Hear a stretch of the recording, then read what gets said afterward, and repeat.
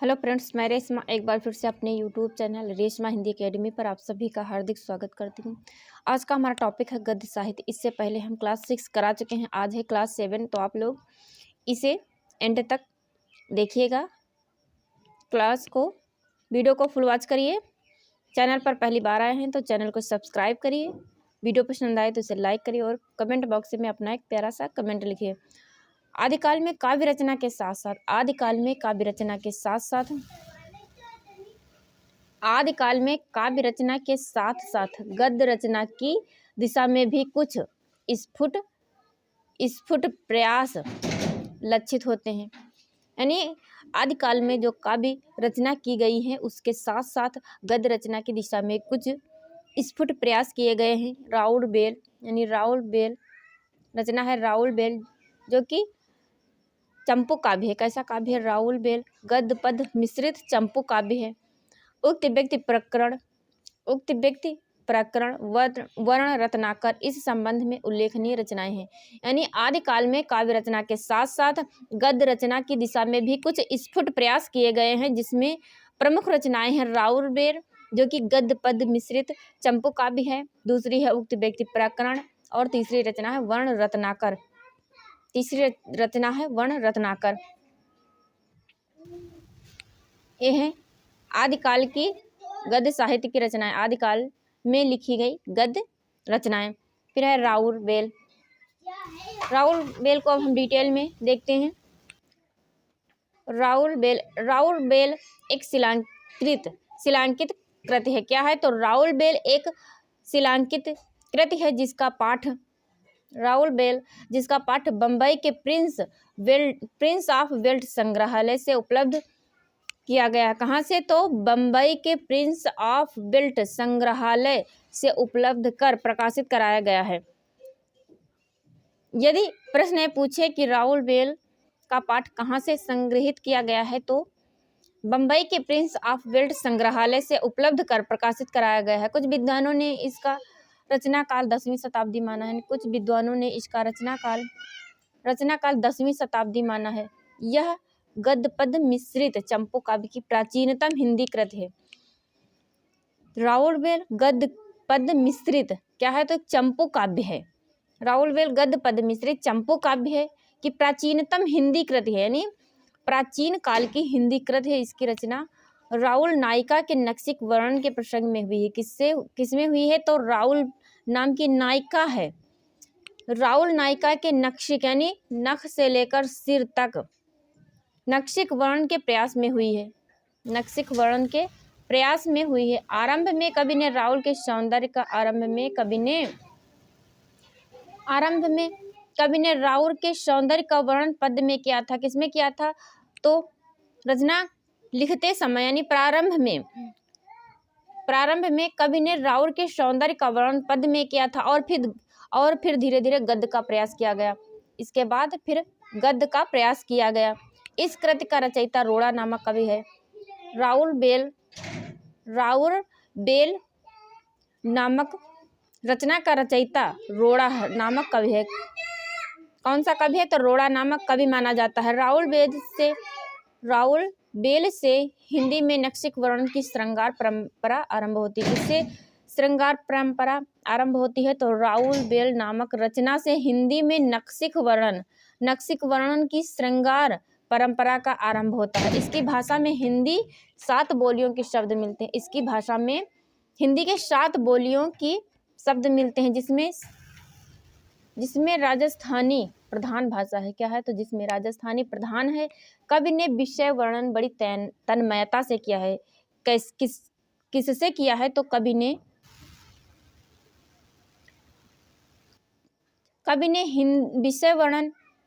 विषय वर्णन बड़ी तन्मयता के साथ किया है।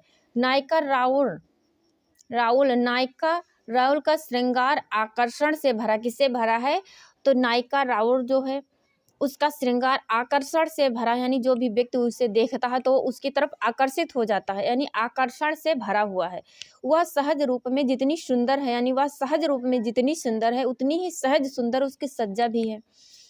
यानी कवि ने इसका वर्णन, राउल का वर्णन इतना मार्मिक किया है कि जो भी व्यक्ति उसे देखता है वह उसकी तरफ आकर्षित हो जाता है।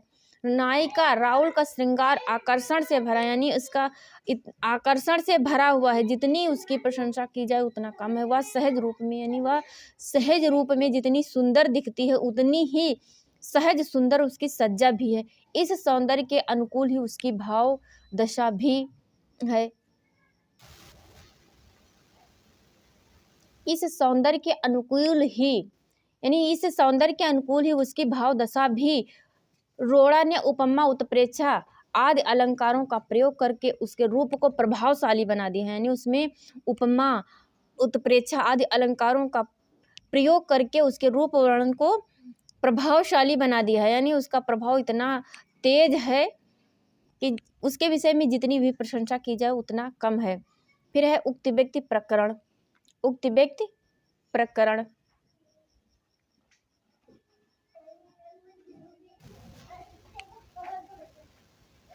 फिर है उक्त व्यक्ति प्रकरण। महाराज गोविंद चंद के सभा पंडित, महाराज गोविंद चंद के सभा पंडित पंडित दामोदर शर्मा, पंडित दामोदर शर्मा ने 12वीं शताब्दी में इस पुस्तक की रचना की थी। कब की थी?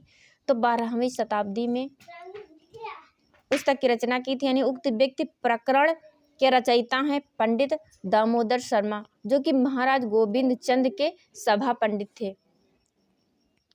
दामोदर शर्मा ने 12वीं शताब्दी में इस पुस्तक की रचना की थी। गोविंद चंद का शासनकाल 1154 ईस्वी माना जाता है। कितना माना जाता है?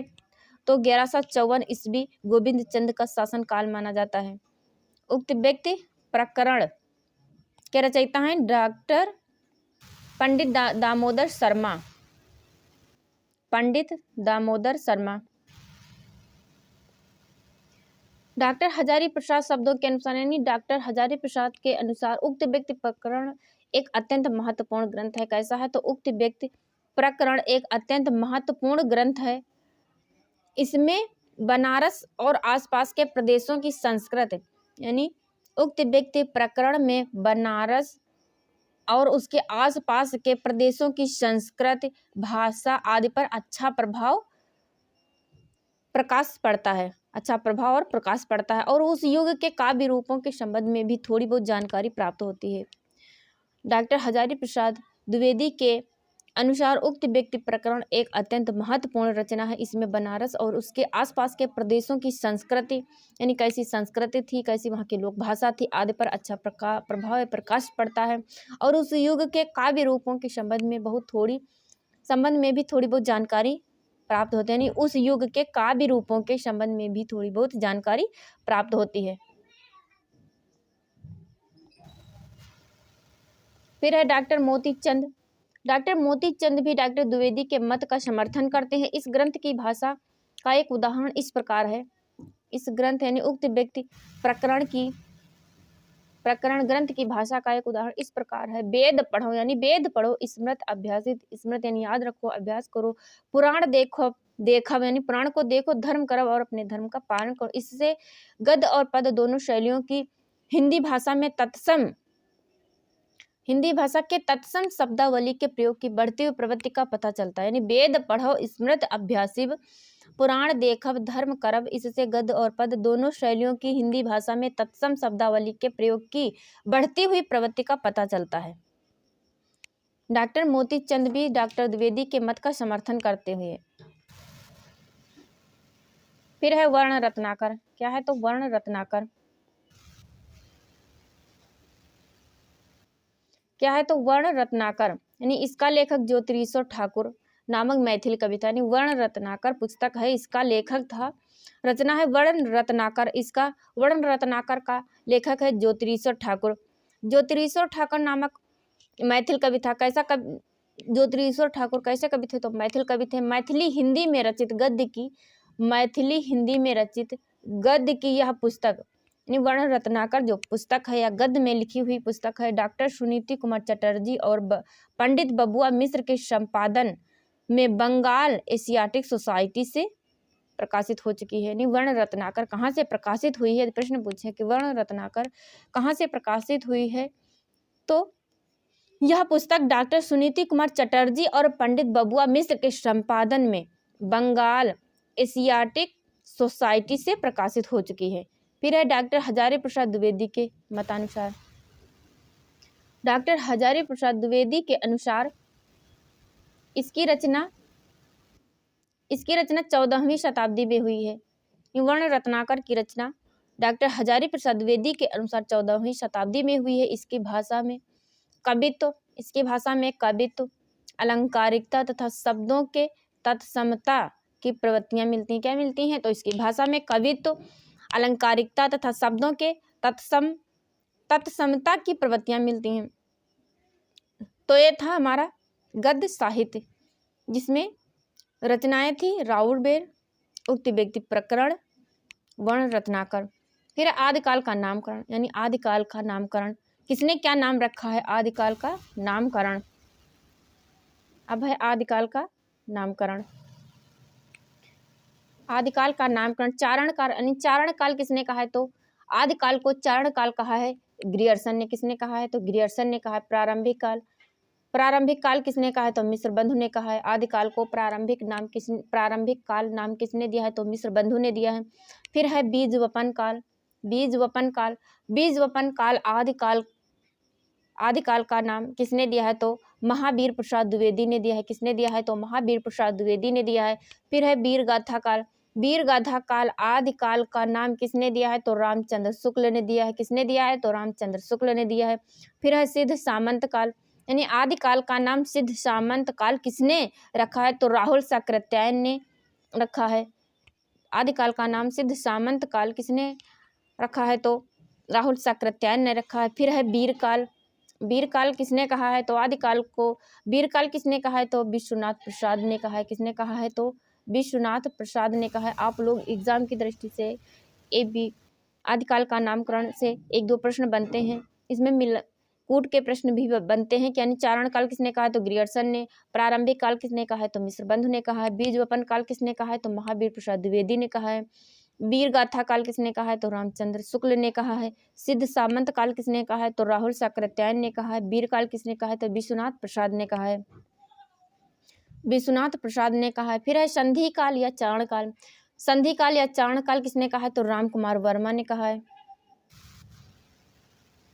संधि काल या चारण काल किसने कहा है? तो राम कुमार वर्मा ने कहा है। फिर है आदिकाल यानी आदिकाल किसने कहा है? तो हजारी प्रसाद द्विवेदी ने कहा है। किसने कहा है? तो हजारी प्रसाद द्विवेदी ने कहा है। आधार काल किसने कहा है? तो सुमन राजे ने कहा है। किसने कहा है? तो सुमन राजे ने कहा है। संधि काल या चारण काल किसने कहा है? तो राम कुमार वर्मा ने कहा है। केवल चारण काल पूछे, यानी चारण काल किसने कहा है? तो ग्रियर्सन ने कहा है। संधि काल या चारण काल किसने कहा है? तो राम कुमार वर्मा ने कहा है। आदिकाल किसने कहा है? तो हजारी प्रसाद द्विवेदी ने कहा है। आधार काल किसने कहा है? तो सुमन राजे ने कहा है। फिर है आदिकाल की प्रमुख प्रवृत्तियां, यानी आदिकाल की कौन कौन सी विशेषताएं हैं, इसके बारे में देखते हैं। आदिकाल की प्रमुख विशेषताएं। आदिकाल की प्रमुख विशेषता नंबर 1 है आश्रयदाताओं की प्रशंसा, यानी आदिकाल में जो कवि जिस राजा के आश्रय में रहते थे उसी की प्रशंसा करते थे और उसी का वर्णन करते थे अपनी रचना के अंतर्गत। उसी की वीर गाथाओं का वर्णन करते थे, उस राजा के शौर्य का वर्णन करते थे। फिर है ऐतिहासिकता का अभाव। आदिकाल में ऐतिहासिकता का अभाव था। कोई ऐतिहासिक रचना प्रमाणित नहीं होती। ऐतिहासिकता का अभाव, यानी आदिकाल में ऐतिहासिकता का अभाव था। अप्रमाणिक रचनाएं, बहुत सी अप्रमाणिक रचनाएं हैं। नंबर 3 है अप्रमाणिक रचनाएं। युद्ध का सजीव वर्णन। आदिकाल में युद्ध का सजीव वर्णन किया जाता था, सजीव वर्णन। फिर है संकुचित राष्ट्रीयता। आदिकाल में संकुचित राष्ट्रीयता थी। कोई राष्ट्रभक्ति गीत या रचना नहीं मिलती है आदिकाल में, यानी संकुचित राष्ट्रीयता थी। फिर है वीर काव्य, श्रृंगार काव्य। आदिकाल में वीर काव्य और श्रृंगारिक काव्य अधिकतर लिखे गए हैं, यानी नक्सिक वर्णन या नायिकाओं के नक्सिक वर्णन और वीर काव्य, राजाओं की वीरता का वर्णन आदि किया गया है आदिकाल में। फिर है जनजीवन के चित्रण का अभाव। आदिकाल में जनजीवन के चित्रण का अभाव। आदिकाल में जीवन कैसा था इसका भी अभाव है। जनजीवन यानी लोगों का जीवन का चित्रण का अभाव है। डिंगल पिंगल भाषा का प्रयोग, आदिकाल में डिंगल पिंगल भाषाओं का प्रयोग होता था। फुटकल साहित्य अधिक लिखे गए हैं। स्त्री केंद्रित साहित्य, जो भी साहित्य होता था स्त्रियों पर केंद्रित होता था, स्त्री केंद्रित साहित्य था। युद्ध के दौरान किसी राजा को पराजित करके उसकी स्त्री को अपहरण करके लाया जाता था और यानी स्त्री केंद्रित साहित्य, उसी को केंद्र में रखकर साहित्य को लिखा जाता था। तो ये था हमारा आज का वीडियो लेक्चर। आप उम्मीद है आप लोगों को पसंद आया होगा। पसंद आए तो वीडियो को लाइक करिए, कमेंट बॉक्स में अपना एक प्यारा सा कमेंट लिखिए। चैनल पर पहली बार आए हैं तो चैनल को सब्सक्राइब करिए, वीडियो को फुल वॉच करिए। फिर मिलते हैं नेक्स्ट वीडियो में एक नए टॉपिक के साथ। तब तक आप लोग हमारे इस वीडियो को देखते रहिए। Thank you.